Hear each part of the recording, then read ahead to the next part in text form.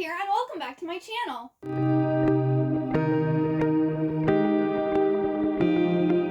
Today I'm going to be doing my January reading wrap up. So I'm going to be talking about all the books that I read in January. And I'm actually going to start off with the manga I read because I did a January TBR video at the beginning of January, and I pretty much read all the books that I said I was going to read, and I don't think I added any extras, but like the manga I didn't talk about. So this is going to be like new material that you didn't know I was going to be reading. The first thing, I finished reading the 20th anniversary edition of Paradise Kiss, and this is all 5 volumes of the Paradise Kiss series by Aizawa. This was really, really good. This is by the same mangakin who made Nana, which that series was okay, but it wasn't one of my favorites. Her artwork is amazing though. The fashion and all of her manga are beautiful to look at. But Paradise Kiss, I really, really liked. It's about this girl who is kind of expected to study a whole bunch and to get into a good college, and she ends up meeting these group of students who go to like this arts at like high school, and they're having to make like their final piece to graduate, and they want her to be their model, and she ends up having like a relationship with one of them, and she kind of gets embroiled in like their lives, and her life kind of takes a detour from what she was originally planning and what her parents were expecting from her. So I really, really like this, and I believe I gave it 4 stars. Then I read the first volume of Let's Dance a Waltz by Natsumi Endo, and this was so cute. Oh, I gave this 5 stars. This is about, well, it's four students, and I believe they're middle school. And 2 of the students, they are like, I don't want to say professional ballroom dancers, but they're like very well known in like the ballroom competition scene.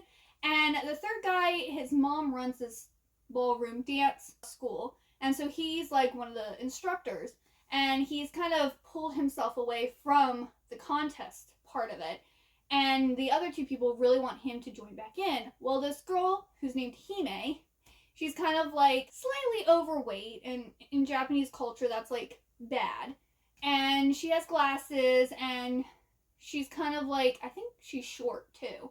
So she's kind of like, I guess, an outcast, I should say. And she ends up wanting to do ballroom dancing. And she ends up dancing with the boy who's like now out of the contest scene. She's very good at following his moves, since the male's supposed to be the lead in ballroom dancing. So she's very good at following his lead, and actually has very good like muscle structure or something for dancing. They want her and him to become like a couple to enter these dance competitions. And he's kind of against it. And it's just so sweet. It's so cute. It's a short, like, 3-volume series. I've finished the series since then, so I'll talk about, like, my final thoughts in my February wrap-up. But I highly recommend the series, especially if you like her other series. This is cute, sweet. I will say it should have been longer. The 3 volumes wasn't long enough for this series. I wanted more. It's still really cute, and I gave this one 5 stars. Then I read volume 2 of Demon from Afar by Kariyuki. And this was really good. Like, Kariyuki does a lot of gothic shoujo manga, and so this continues following our characters. They have now gone into the future, where, if you've read the first manga, Garen, he was the son of this like evil guy who was like raising demons and trying to bring his sister, I believe, like back from the dead. He had sex with a demon, Mistopheles, and Mistopheles was carrying his child. That's the child there. And the bad guys are after her, so they like escaped into the future, and now they're kind of like living there like in modern times. There's like this guy who's using this, he thinks it's an angel, but it's actually a demon, who's using this guy to like, what's it called? He's like doing like what Light did in Death Note, like deciding that people are bad and like killing them is essentially what he's doing.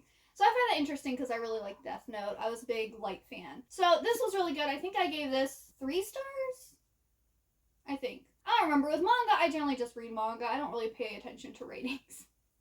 So it's kind of hard for me to remember what I rated it. And then I finished reading the Earl and the Fairy series by, well, story and art is by Ayuko, and the original concept is by Mizue Tani. And this is also like, I think, a 12 episode anime series. But this was really cute. I gave this final volume 3 stars because like the first 2 volumes are like a story, and then the next 2 volumes are like a story, and the second story was kind of like meh. It wasn't that exciting, and it just, I mean, it wrapped up and everything, but this is another one I feel like they could have done more for, because there's kind of like a relationship going between the Blue Knight Earl and the Fairy Doctor, and I don't feel like it's like fully established or fleshed out. So that's why I give it a 3 stars, because it's still cute, it's still enjoyable, but like I wanted more from this series. So there you go. So those are all the manga that I read.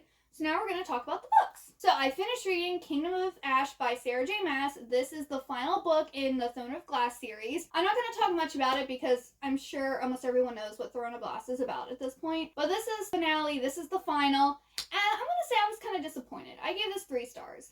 Because Sarah J. Maas is very good about interweaving everything and having things that happened in previous novels end up being really important in future novels. But she also does this like Deus Ex Machina thing where like the characters are all about ready to die, and then all of a sudden this super overpowered super being shows up and saves everybody, and it's just like she does this all of the time. The people who die in this, I don't want to like have spoilers, but basically the people who die in this aren't in a couple. So obviously you're only worthy to live if you are in a relationship with somebody. I was just like, what?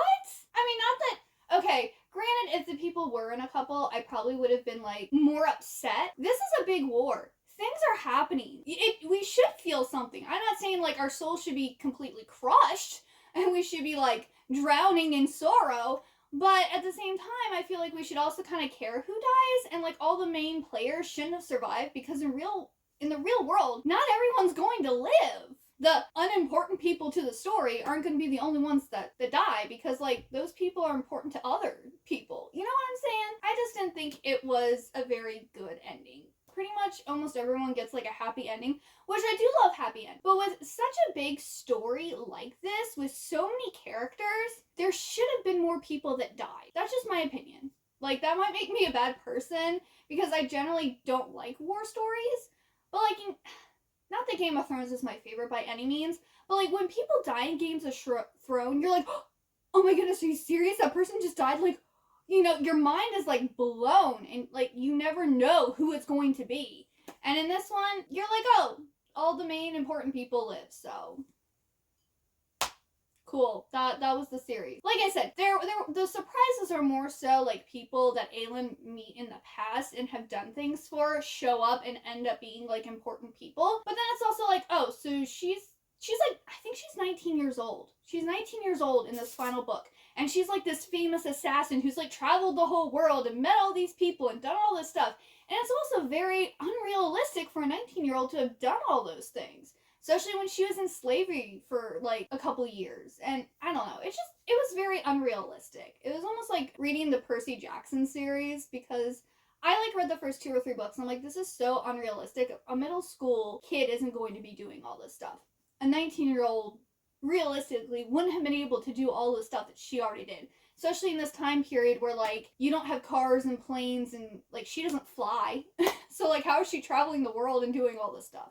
That's just my opinion, but I mean, it's still an enjoyable story. It's just unrealistic. Then I read Our Violin Ends by Chloe Gong. So this is the final book in These Violent Delights duology, I think is what the duology is. The first book I gave 3 stars, and the second book I gave 4 stars. I ended up reading like 2 chapters a day for this, because I'm not really a fan of the writing of this book or this series. Like, I don't jive with the writing, but the story is really good. The characters are really good. So I did want to read it. And that way, you know, I can talk about it with people, because a lot of people have read this series and love this series. So I read 2 chapters a day, and this one was a lot more enjoyable. We get to know more about the characters. We get to learn more about like the politics in Shanghai. We get to learn more about the monsters. It had a good ending. Like, it kind of has an open-ended ending, which is kind of good. And like there's like a bright point. So it's like sad, but it's, you know what I'm saying? But it's a Romeo and Juliet retelling. So you already know going in it's going to be sad, but you just don't know how she's going to twist it to make it sad. But yeah, I really enjoyed this one. I'll probably read more of Chloe Gong's. It's just, I hope the writing style I might jive with more in the future. I don't know. Otherwise, I might just have to do like the whole read a chapter or two a night. That way I don't get bored type of thing. Then I read The Lost Book of the White by Cassandra Clare and Wesley Chu. And this is book 2 of the Eldest Curses series. This is all part of the Shadowhunter universe. This takes place, I believe, between the Mortal Instruments series and the Dark Artifices series. This focuses mostly on Magnus and Alex, so they have some like steamy scenes in it if you're interested in that. In this one, someone comes and takes the Book of the White, and they have to go and like retrieve it, and then they find out like there's more going on than what they thought, and they actually end up in Shanghai too, and they like talk a little bit about the different like quarters and things. So like I was reading this while I was also reading Our Violin Ends, so I was like, oh, these are kind of like very similar to each other. It's funny I'm reading them in the same month.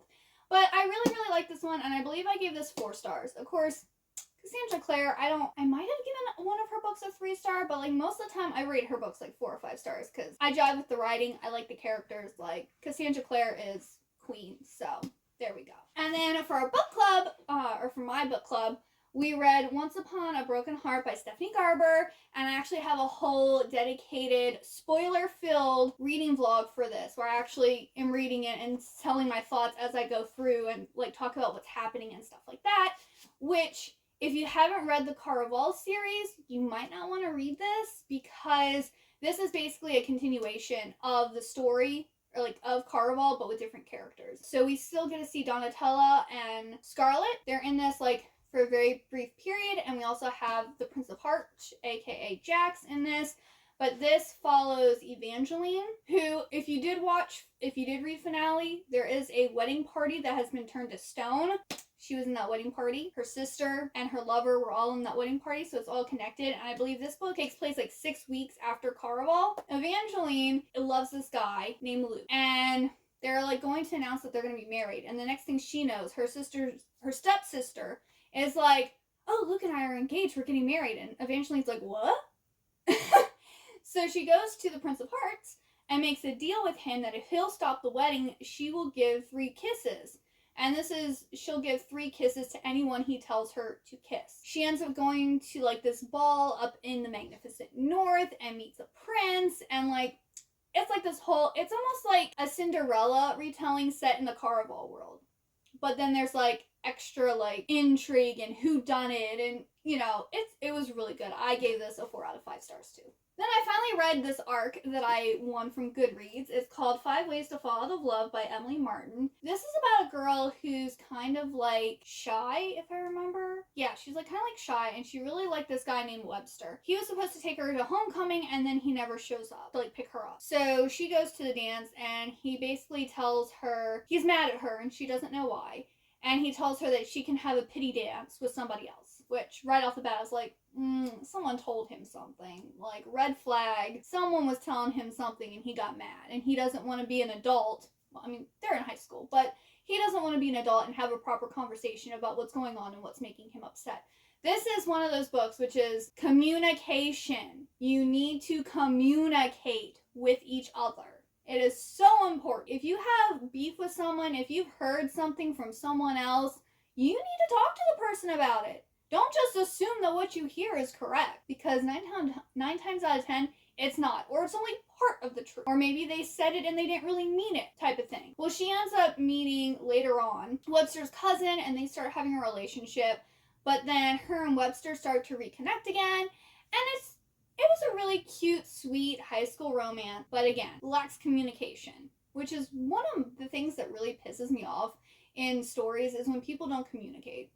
And that's probably why so many people have relationship issues, because they don't talk about stuff. I'm all about talking.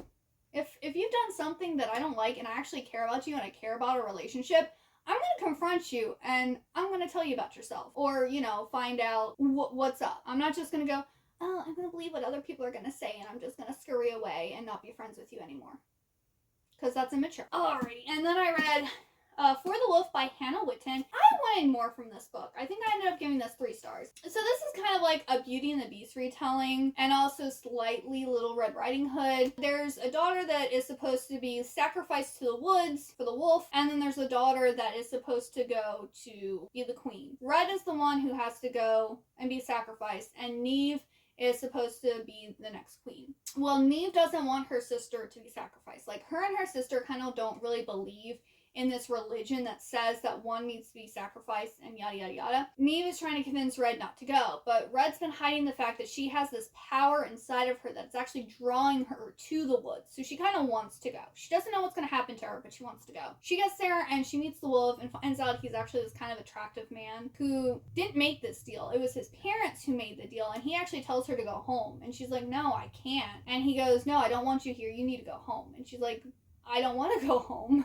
And she kind of finds out what's all going on, why one of the girls is supposed to be sent to the forest. On the other end, Neve is trying to save her sister, and she's kind of going down a dark path to do it. So this is the first book in a series. I don't know if the next book, if it's a duology or a trilogy. I don't know how many books is supposed to be in this, but I know the next book in the series is coming out this summer. So I'm excited to read it. I just wanted more from it. It just didn't keep me on the edge of my seat. I didn't really care that much about the characters, so it fell a little flat. But, maybe the next book will be better. We'll see. Then I read The Beautiful and the Damned by Jessica Verde. This one I gave 3 stars. This is a companion novel to the Hollow Trilogy, which I absolutely love the Hollow Trilogy. I mean, I've read it more than a decade ago, so I don't remember much about what it was about, except it's set in Sleepy Hollow. This was okay. Like, it said that it's like suspenseful and sexy, and I was just like, not really. There's like not any steamy scenes really in this. Girl has an echo, and that means that basically she houses other people's souls in her body, but she can only house one soul at a time, and she can only house up to 7 souls her entire life. So once she hits 7, once that soul decides to leave, she dies. And in this book, she's only, I think 19? Somewhere around that age. She's not very old, and I think she's on her 5th soul. Well, she has an evil soul in her right now. She ends up, killing her boyfriend, but she doesn't actually remember doing it. So she's, on the run now. And there's this cop that shows up in town who is, looking for the murderer, and she finds out that's actually her ex-boyfriend's brother. And so he's looking for the killer, but he's also kind of hitting on her at the same time. And then there's this Shade who is like a fallen angel or part fallen angel, and he's kind of like a bad boy motorcycle riding tattoo type of guy. And they kind of end up teaming up to take down this police officer. And I don't know, it was kind of short, and it wasn't it didn't add anything really to the Hollow Trilogy. We do get to see the 2 main characters from the Hollow Trilogy at the end of the book, though, so they do make an appearance. This is a completely standalone book that it was okay. And then the last book I read was House of Earth and Blood, which is the first book in the Crescent City series by Sarah J. Maas. And I actually finished this on January 31st. I technically finished it on February 1st because it was at 1:30 in the morning on February 1st. But you know what? I'm going to count it because when I put on Goodreads, it still said it was January 31st. So we're going to go with it. But this book I ended up giving 4 out of 5 stars. Starting off, I was kind of bored with this book. I felt like nothing was really happening. We were just learning a lot about the characters, about the world, about her relationship with her friend who got murdered, her past, and what people think of her, and how the world is kind of set up and how it's ruled and all this different stuff. I want to say a little past halfway through the book, it really starts speeding up. It gets more exciting. Things start going down. And yeah, the ending was really good. The ending was really good. If this was made into a movie or a TV series, visually this would be amazing, the ending, because it gets good. I was a little disappointed though because Sarah J. Maas is kind of known for having really steamy scenes, and there's one pretty steamy scene in this, and that's all we get. This is also a slow burn romance. I'm guessing maybe there will be more in the second book because she does really good steamy scenes. So if I'm reading one of her books, I want me some steamy scenes in it. Her and the guy that she's having a slow burn romance with guess it's more official now. So hopefully when the book comes out later this month, if I can read it. I have so many books to read, so we'll see. Otherwise, in March, I will find out, and hopefully it will be good. But yeah, this was really good and I really liked it. Actually, I probably had some ebooks. Hang on, let's see. Oh yeah, I also read Jade City by Fonda Lee, and I gave this one a 4 out of 5 stars. I read this for Mel from Mel Reed's Bone Saga read along, and this was really good. I really like the characters. I really like the writing style. It's about these two crime families. We're focusing on one of them. And they both are trying to like take control of K Khan. And there's this like Jade, the stone. In this world, it actually gives you like powers. And so they're Jade wielding families who have they're going to war with each other. So this is kind of like talking about the history between the two clans or crime families, kind of like what's leading them to this war. And so I really liked it, and I can't wait to read the second book in February. And then I finished reading Sherlock Holmes and the Case of the Sword Princess. This one I gave 3 out of 5 stars. I started reading this, I think, back in 2021 around the summertime, and I put it to the side because I was enjoying it, but it wasn't what I wanted to read at the time, and I actually pulled this as a DNF book that I need to finish reading. And it was good. This is about Sherlock Holmes. We get this, the landlady he runs from, her niece ends up working for Sherlock Holmes, and there's this princess who people are after to assassinate her. So Sherlock Holmes gets the niece to go to this finishing school where this princess is going and kind of be like a bodyguard and figure out who's trying to assassinate her. And so it's cute, it's sweet, it's a short little book. Like, there's not much to it. It's just a fun read. Then I also read Normal People by Sally Rooney, and I gave this 3 stars. I was very disappointed with this because I know so many people who absolutely adore this book, and they rant and rave about how amazing Sally Rooney is. And her writing is good. It did flow, and it was enjoyable to read, but the story itself was kind of pointless. Like, I don't know, maybe because I just haven't had like the same issues that the main characters had, I couldn't relate to them, so to me it felt like nothing happened. But we have these 2 characters who are kind of like in a toxic, like on again, off again, like friends with benefits relationship type of thing, and they drink a lot and have sex with a lot of people, and that's basically the whole book. And they're also like super intelligent, so it's almost like they're so smart they can't like understand normal people even though they want to be normal. And then the book kind of just ends with no closure or anything. It just, there it is.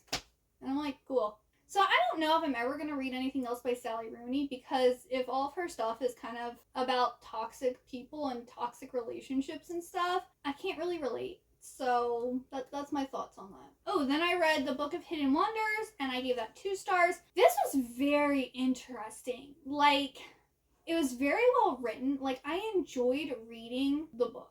And this is like a gothic story. Like, this is very like gothic literature. But it's from the point of view of like this young girl. She's living with her father, who's basically neglecting her. But it's not because he doesn't love her. It's because he's starting to get dementia, which we learn later on. And her mom is also off in like some type of institution. It wasn't really clear whether it was, she had, mental issues or, some addiction to drugs or alcohol. I don't think it really explained what she had, but she's not really in the picture. And when she shows up, things don't go very well. But there's this little girl, and she has a cat that's kind of like her best friend that kind of goes everywhere with her. And then she has this other friend that shows up every once in a while and hangs out with them and everything. And it's just following her day to day, and her father ends up writing children's picture books about her and the cat, and they become like huge. Like, everyone's buying these books, even adults. They think there's some like hidden treasure in these books, and everyone's trying to like analyze them, and they're showing up at their house. It was just very interesting, and to find out what the treasure actually is and like what the past of the characters are was just, I don't know. And then it was just the ending was kind of really depressing. Like, I don't know, I generally love gothic literature, but the way that this story was, I didn't like it so much. Plus, there's a lot of animal abuse in this, and I love animals, so I don't really like reading about that. Like, I was watching Stranger Things, and when this one cat dies, I stopped watching it for months because I couldn't handle it. I was like, no, I'm good. I can't do this right now. If you like dark stories from an unreliable child, you might like this book. I mean, I did enjoy reading it. It's just, it was a little too dark for me. And it was also, I was confused too much throughout the story. And it took too long to really get to what was going on. And that irritates me a little bit when it takes that long. And like, for me, I couldn't really even guess what was going on. So I was completely in the dark the whole time until they like spell it out for us to tell us what's going on. That's my thought on that book. Alrighty, I looked over my list and that is everything now. So yes, I hope you liked this video. I hope you enjoyed watching it. What was your favorite and least favorite book that you read in January? Please comment down below and let me know. And I hope to see you next time. Bye-bye!